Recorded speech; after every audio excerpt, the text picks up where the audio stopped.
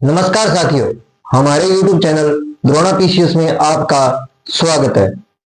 हिंदी व्याकरण में अपना टॉपिक चल रहा था क्रिया, और क्रिया के बारे में कुछ हमने पढ़ लिया था।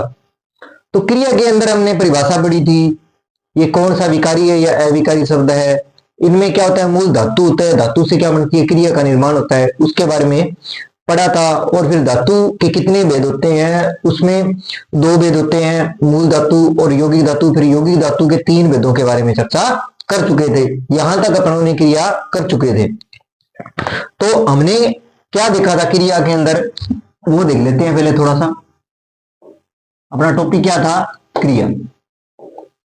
क्रिया के अंदर सबसे पहले अपने देखी थी परिभाषा, किसी काम का होना, किसी काम को करना या होना, किसी काम का होना, होने या करने का बोध, करने का बोध। ठीक है, ये इसकी परिभाषा थी।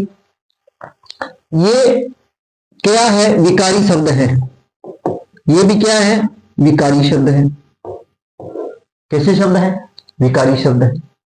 ठीक है, क्रिया में मूल क्या होता है, धातु होती है। क्रिया में मूल क्या है, धातु से क्रिया का निर्माण होता है। किसका निर्माण होता है, क्रिया का निर्माण किससे होता है, धातु से। जैसे धातु मैंने लिख दी, जैसे आ है, जा है, पढ़ है, लिख है, ये सभी की सभी क्या है, धातु है। पढ़, लिख, रो, हंस, ये सभी क्या है, ये धातु है। ठीक है, अगर इनके साथ शब्द लगे जैसे ना, नी, ने, ता, ते, ती, उ, ठीक है, या ये गा, या ये गा, गे और गी, ये लगने पर क्या बन जाती है, क्रिया का निर्माण होता है। ठीक है, इन चीजों के बारे में अपनी चर्चा कर चुके थे। उसके बाद में देखा जाए धातु। धातु क्या होती है, धातु कितने भेद बताए थे मैंने, दो। धातु के कितने भेद बताए मैंने, दो। एक बताई थी मूल धातु, और एक क्या बताई थी, यौगिक के रूप में। ये दो मैंने बताई थी। मूल धातु जो होती है वो स्वतंत्र होती है। मूल धातु क्या होती है, स्वतंत्र होती है। इसमें कोई भी किसी का लेना देना नहीं होता है, ये किसी पर आश्रित नहीं होती है, या किसी शब्द से नहीं होती है, कोई भी शब्द नहीं होता। जैसे उदाहरण मैंने लिखवाया था, जैसे इधर आ, इधर आ। अब आ के साथ कुछ भी नहीं लगा हुआ है, इधर और आ बिल्कुल क्या है, स्वतंत्र है। तो इसमें कौन सा धातु है, इसमें कौन सा धातु हो गया, मूल धातु है। इसमें कैसा धातु है, मूल धातु है। अब बात करते हैं आगे।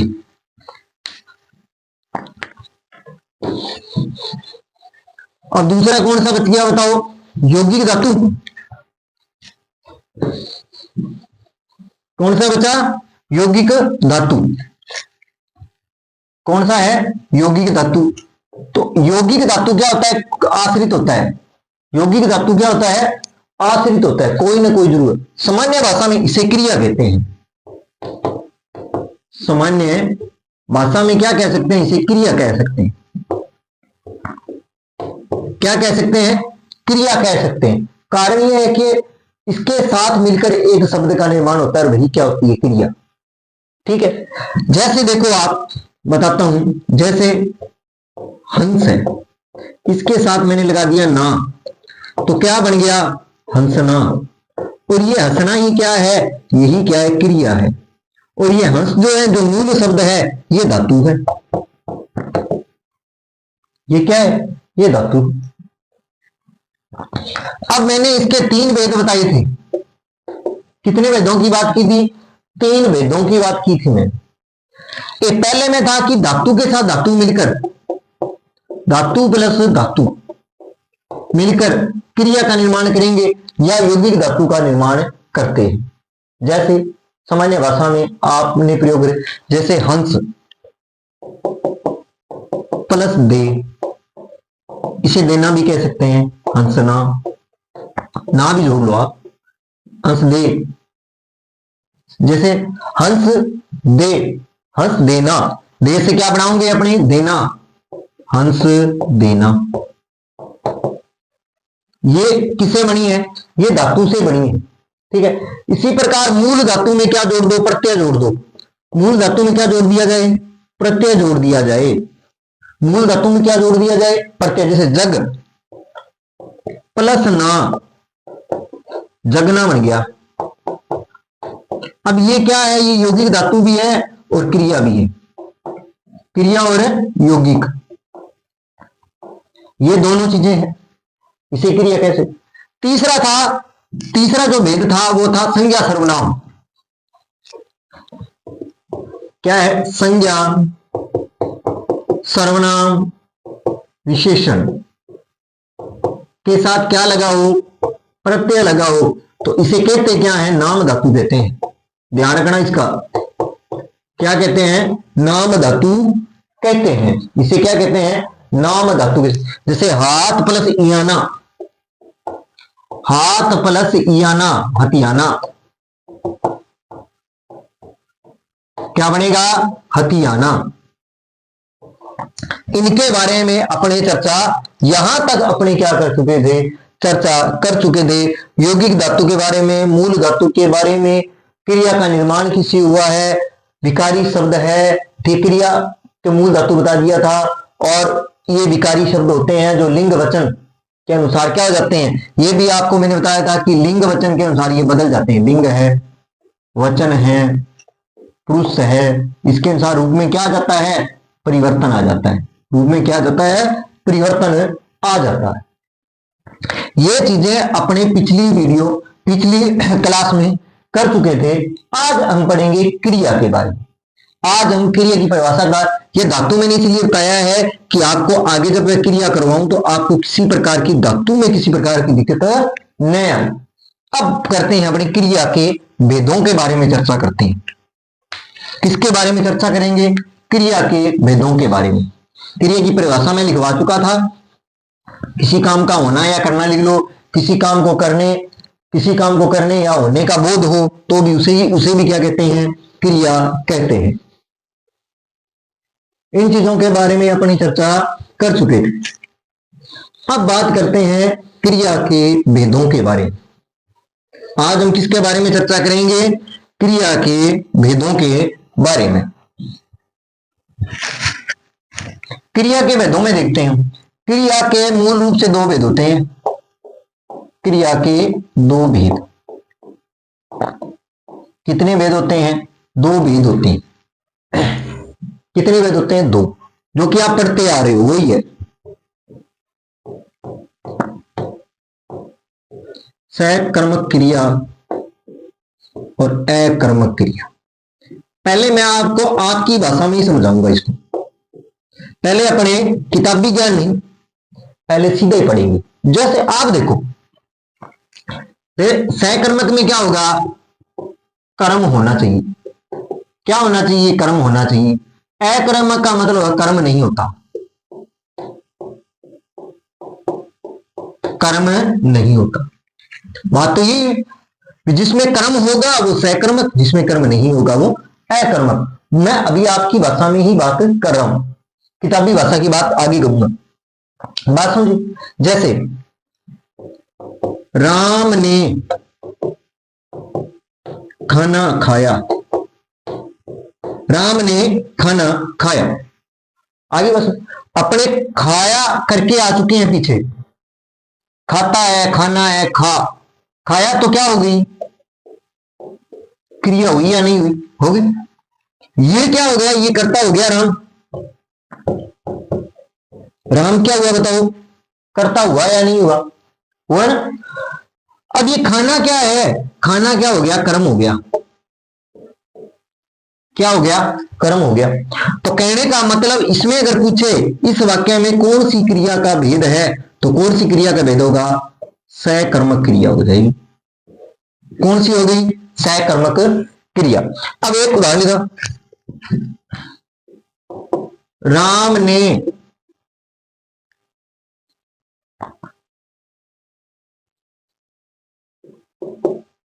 राम ने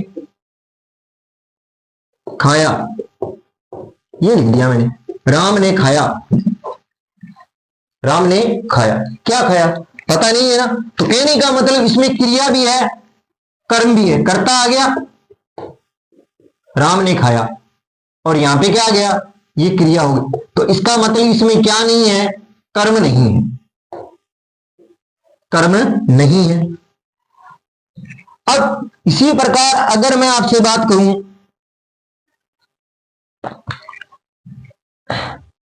राम जा रहा है, राम जा रहा है। अब देखो राम करता हो गया, जा से जाना क्रिया हो गई, जा से जाना मैंने आपको करवा चुका हूं, जाना जाना क्या होगी, क्रिया होगी। कर्ता कौन हो गया, राम हो गया, तो इसमें किसका कर्म नहीं है। अब ये से आ जाता, राम जयपुर जा रहा है, राम जयपुर जा रहा है, तो देखो इसमें कर्म क्या हो गया, जयपुर हो गया, तो ये किसका बोध करवाएगा, कर्म का। राम क्या हो गया, कर्ता हो गया, और जा से जाना, जाना क्या होगी, क्रिया होगी, तो इसमें कौन सा भेद हो जाएगा, सहकर्मक हो जाएगा।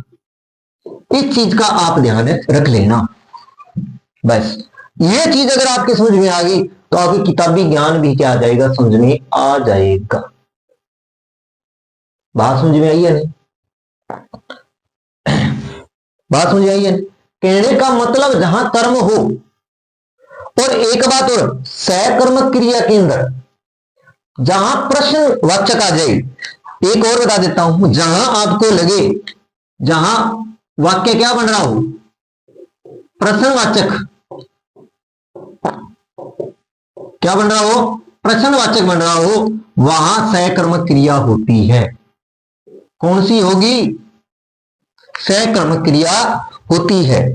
जहां वाक्य क्या बने, प्रश्नवाचक बनता है, क्या बनता है, प्रश्नवाचक बनता है। जैसे प्रश्नवाचक शब्द बनता है, जैसे राम क्या खा रहा है, या वह क्या खा रहा है, वह क्या खा रहा है, तो इसका मतलब क्या, क्या किसके रूप में आता है, प्रश्नवाचक के रूप में आता है, तो इसका उत्तर हो जाएगा जैसे आम खा रहा है, तो कहने का मतलब यहां प्रश्न किया है कि वह क्या खा रहा है, जहां वाक्य में प्रश्न का बोध हो वहां क्या आएगा, वहां सहकर्मक क्रिया होती है, अकर्मक क्रिया नहीं होती है। इस चीज का आप ध्यान रख लेना, जहां भी प्रश्नवाचक आएगा वाक्य में, वहां से आपसे पूछ लिया जाए इसमें कौन सी क्रिया सहकर्मक है या अकर्मक है, तो आपका उत्तर सहकर्मक क्रिया होगा। इस चीज का आप ध्यान रखना, ठीक है। इस चीज को आप नोट कर लो, उदाहरणों को देख लो, जिससे क्या है कि आप जब भी कभी इस प्रकार का अगर आपसे क्वेश्चन पूछा जाए तो आपका गलत न हो, आप 1 मिनट में पहचान जाओ कि यहां क्या है, ठीक है। अब बात करते हैं आगे।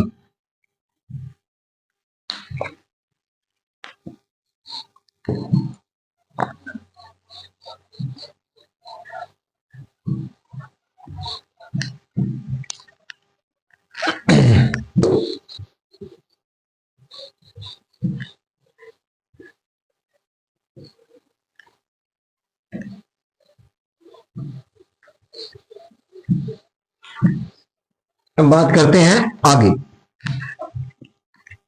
आगे चर्चा कर लेते हैं। क्रिया के दो भेद बताए, पहले सहकर्मक क्रिया करते हैं, कौन सा करेंगे, सहकर्मक क्रिया, इसका मतलब जिसमें कर्म हो, यही होगा। वह क्रिया जिस क्रिया के साथ कर्म या कर्म रहने की संभावना हो, वह क्रिया, आप परिभाषा लिखो, वह क्रिया, वह क्रिया, वह क्रिया या जिस क्रिया को लिखो, आप क्या लिखोगे, जिस क्रिया के साथ कर्म हो या कर्म होने की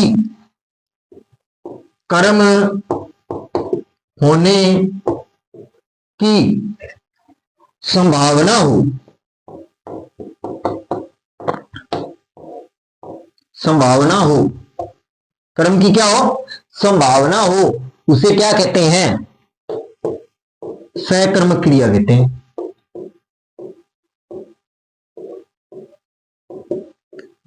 क्रिया कहते हैं, क्या कहते हैं, सकर्मक क्रिया कहते हैं। ठीक है, जैसे खाना पीना, पढ़ना लिखना, मारना पीटना। जैसे खाना पीना, खाना है, पीना है, ये किस में आएंगी, सकर्मक क्रिया में आएंगी। लिखना,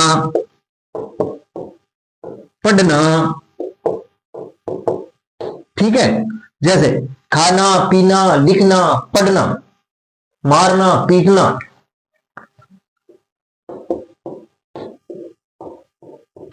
पीटना, अगर ये चीजें आती हैं तो ये किस में आएंगी, ये आती है सकर्मक क्रिया में। बात समझ में आई, ये है सकर्मक क्रिया। अब जैसे इसके उदाहरणों की अगर मैं बात करूं, किसकी बात कर लेता हूं, उदाहरणों की बात कर लेता हूं। जैसे वह क्या खाता है, वह क्या खाता है, वह क्या खाता है। अब इसका मतलब ये प्रश्नवाचक हुआ या नहीं हुआ, तो इसका मतलब इसमें क्या है, सकर्मक क्रिया है। कौन सी क्रिया हुई, सकर्मक क्रिया होती है। कोई ना कोई चीज खा रहा है, अब इसका मतलब वह क्या खा रहा है, इसका मतलब कोई ना कोई चीज खा रहा है वो। अब इसका मतलब क्या हुआ, ये लिख लो,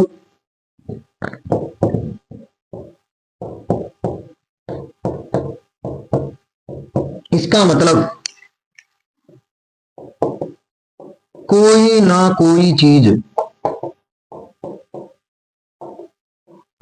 खा रहा है, वो क्या कर रहा है, कोई ना कोई चीज वो खा रहा है, तो इसका मतलब वह कर्म तो कर रहा है।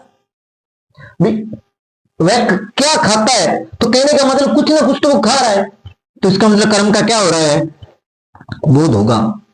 तो वहां कर्म का बोध,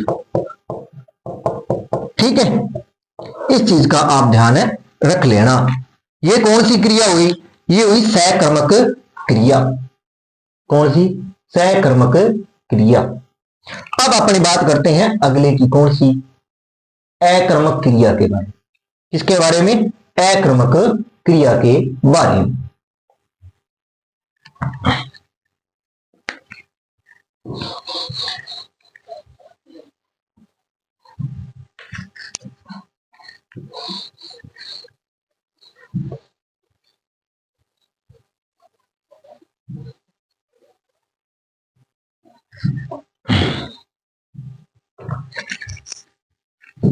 इसी प्रकार अगली कौन सी क्रिया आ गई, अकर्मक क्रिया आ जाती है।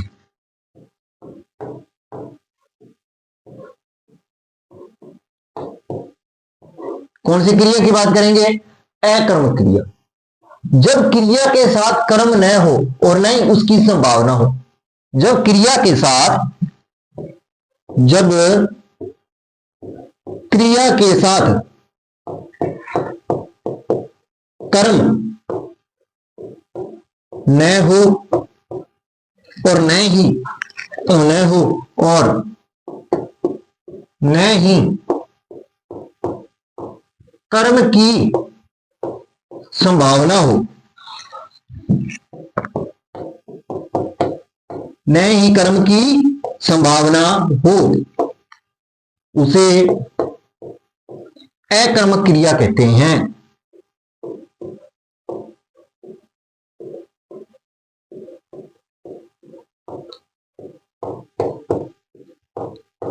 क्या कहते हैं, अकर्मक क्रिया कहते हैं, उसे क्या कहेंगे, अकर्मक क्रिया। जैसे उदाहरण के लिए, वह रोता है,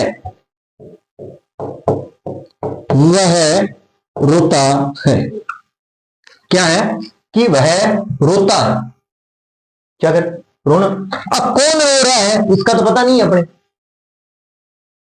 नहीं पता, क्या पता है नहीं। अब देखो, जहां कर्म का पता ही ना, कोई भी रो सकता है, क्योंकि यहां प्रश्नवाचक चिन्ह नहीं। आप कह सकते हो सर क्या वहां कोई, वहां प्रश्नवाचक था क्या और कौन किसने आते, यहां प्रश्नवाचक नहीं है। जैसे आना, ये देख लो, अब जाना, हंसना, रोना, ये अकर्मक क्रियाएं होती हैं। क्या होती हैं? अकर्मक। जगना, चलना, जगना, चलना, टहलना, ये क्या है? ये सभी की सभी क्या है? अकर्मक क्रियाएं हैं। कैसी क्रियाएं हैं? अकर्मक क्रियाएं हैं। बात समझ में आई? इनसे संबंधित कोई अगर क्वेश्चन आता है तो वो किस में जाएगा? अकर्मक में जाएगा। अगर प्रत्यय जोड़कर आप क्या कर सकते हो, इसमें प्रत्यय जोड़कर सकर्मक क्रिया बना सकते हो। जैसे हंसाना, हंसने से क्या बना दिया? हंसाना बना दिया। रोना, रुलाना बन गया। जगना से जगाना बन गया। टहलना, टहलाना, ये शब्द क्या है? ये क्या है? अगर इन्हीं शब्दों के साथ क्या जोड़ दिया जाए? प्रत्यय जोड़ दिया जाए। क्या जोड़ दूं मैं? प्रत्यय जोड़ दूं। क्या जोड़ दूं? प्रत्यय जोड़ दूं, तो वो क्या बन जाएगी? सकर्मक क्रिया बन जाती है। क्या बन जाएगी? सकर्मक क्रिया बन जाती है। जैसे बनाता हूं, जैसे देखो, अगर मैं बनाऊं हंस, ये धातु है ना, हंस है ना, है ना, इसमें अना जोड़ दूं, आना, क्या बन गया? हंसाना। अब ये असाना क्या है? ये सकर्मक क्रिया हो गई। इसका मतलब किसी न किसी को तो वो हंसा रहा है। सर रुलाना, इसका मतलब किसी न किसी को तो वो रुला रहा है।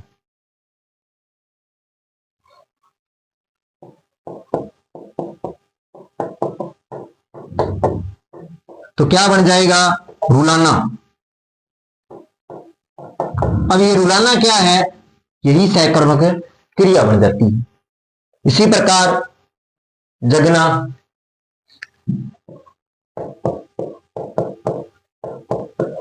इसमें जोड़ दिया तो क्या बन जाएगा बताओ? जगाना बन जाएगा, आना जोड़ दिया तो। अब ये जो जगाना है, ये जो जगाना है, ये क्या है? ये सकर्मक क्रिया है। बात समझ में आई? अब इसको कुछ इसके उदाहरण देख लेते हैं। इसको एक बार आप ध्यान से देख लो, स्क्रीनशॉट लेना ले लो। उसके बाद में अब इसके उदाहरण करते हैं, ये किस प्रकार प्रत्यय को अकर्मक क्रिया से सकर्मक क्रिया बनाई जाती है।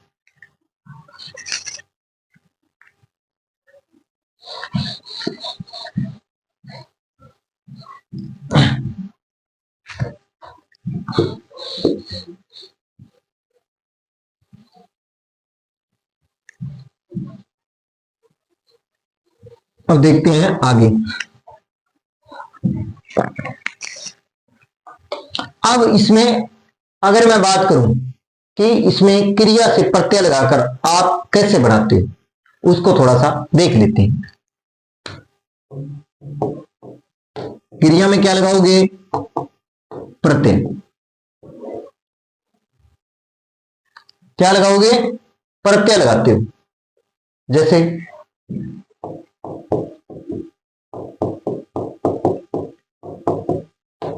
जोड़ दिया, क्या बना? रुलाना। यही शब्द है, जैसे रुलाना बना, ये प्रत्यय से बना। वह बच्चे को रुलाता है। जैसे अब लिखा, वह बच्चे को रुलाता है। रुलाना, रुलाता है, क्या करता है? बच्चे को रुलाता है, रुलाना हो गया। तो कहने का मतलब बच्चा क्या हो गया? वो कर्म हो गया। ठीक है। और यही प्रश्नवाचक में वह किसे रुलाता है, तो ये क्या हो जाता है? वह किसे रुलाता है।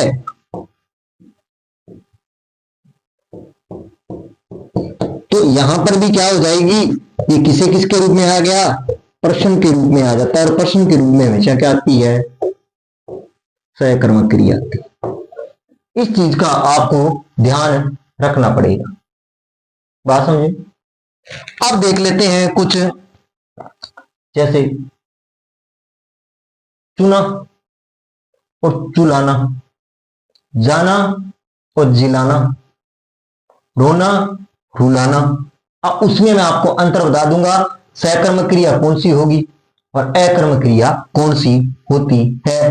कुछ महत्वपूर्ण क्रियाएं हैं, उनका आप थोड़ा ध्यान रख लेना भी। ये इस प्रकार की क्रिया बनेगी, इस प्रकार का शब्द बनता है तो वो तो क्या होगी, अकर्मक। और उसका अगर ये रूप आ जाता है तो वो किस में जाएगी, सहकर्मक क्रिया में जाएगी। उसके बारे में अपनी चर्चा कर लेते हैं।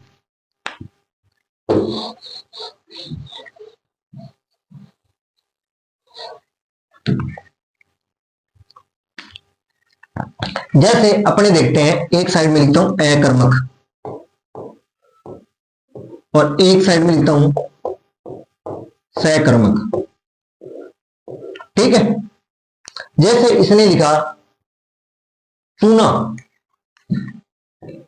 चूना में तो क्या होगा, अकर्मक क्रिया है। और यही बन जाए चुलाना, ये चुलाना, ये चुलाना क्या है, ये एक सहकर्मक क्रिया होगी। जीना, क्या, जीना। और जिलाना, जिलाना, ये क्या है, ये सहकर्मक क्रिया, ठीक है। रोना और रुलाना, ये अकर्मक क्रिया हो जाएगी, ठीक है। जैसे सोना, सोना तो क्या है, अकर्मक क्रिया है। और सुलाना क्या हो गई, सहकर्मक क्रिया हो। छिलना क्या है, छिलना। तो छिलना और छिलना, छिलना और छिलाना, छिलना छिलना। तो इसमें भी इसी का क्या बनेगा, यही बनेगा, ये दोनों एक ही रहेंगी, इसमें किसी प्रकार का परिवर्तन नहीं होता। जैसे पिसना और पिसाना, पिसना पिसाना, ठीक है। इसी प्रकार जगना, ये लिख लो पहले। अब बात करते हैं आगे।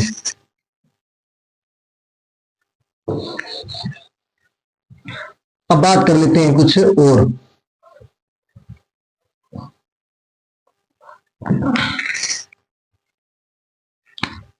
अकर्मक जैसे और, जैसे जगना और जगाना, ये सहकर्मक क्रिया।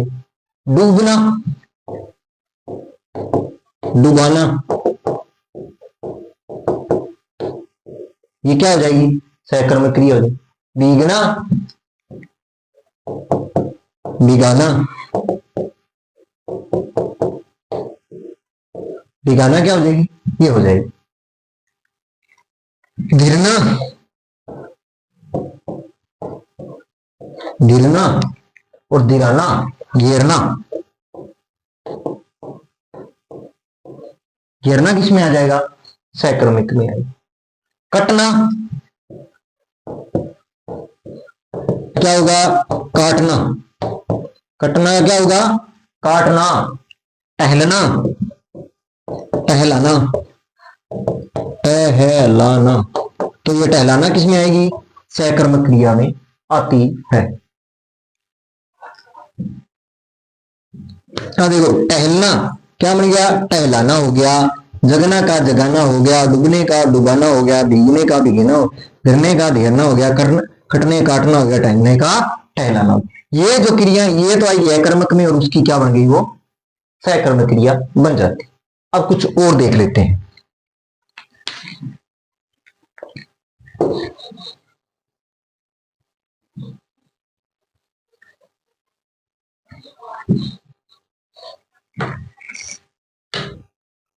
इसी प्रकार अगर मैं देखूं लूटना, दोनों में एक ही रहेगा लूटना, ठीक है, और इसमें भी क्या रहेगा लूटना ही रहेगा, ठीक, ये एक रहेंगे। जैसे दिखना, छिड़ना, छिड़ना और छेड़ना, ठीक है। इसी प्रकार दिखना, दिखना, देखना,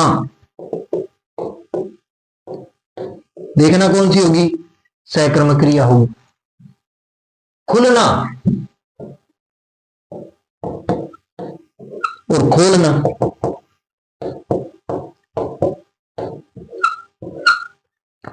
खुलना और खोलना। तुलना और तोलना,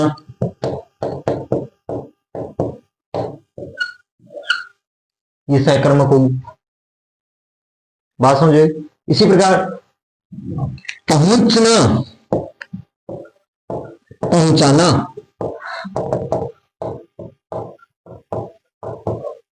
ये सहकर्मक क्रिया हो सकती है, ठीक है।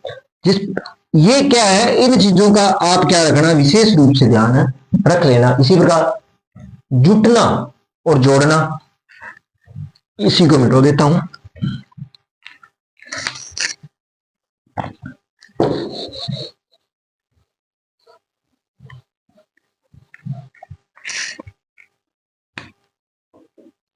जुटना, जोड़ना, जोड़ना, ठीक है। इसी प्रकार टहलना, टहलाना, ठीक है। इसी प्रकार सिकुड़ना, सिकुड़ना, सिकुड़ना क्या है, और इसका क्या करते हैं, सिकोड़ना,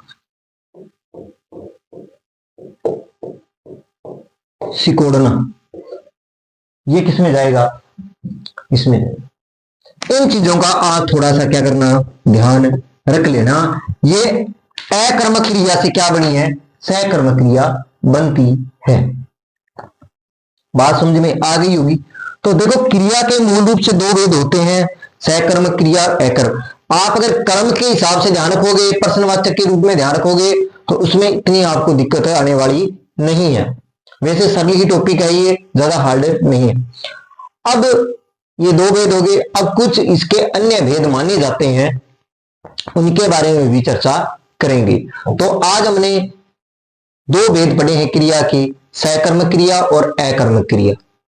इसकी परिभाषा हो गई, धातु का रूप हो गया, इसके भेद हो चुके हैं। आप इन चीजों को ढंग से पढ़ो, जिससे आपको किसी प्रकार का कंफ्यूज न रहे। तो आज के लिए इतना ही। अगर आपको मेरी क्लास अच्छी लगी हो, लाइक करें, कमेंट करें, चैनल को सब्सक्राइब करें। धन्यवाद।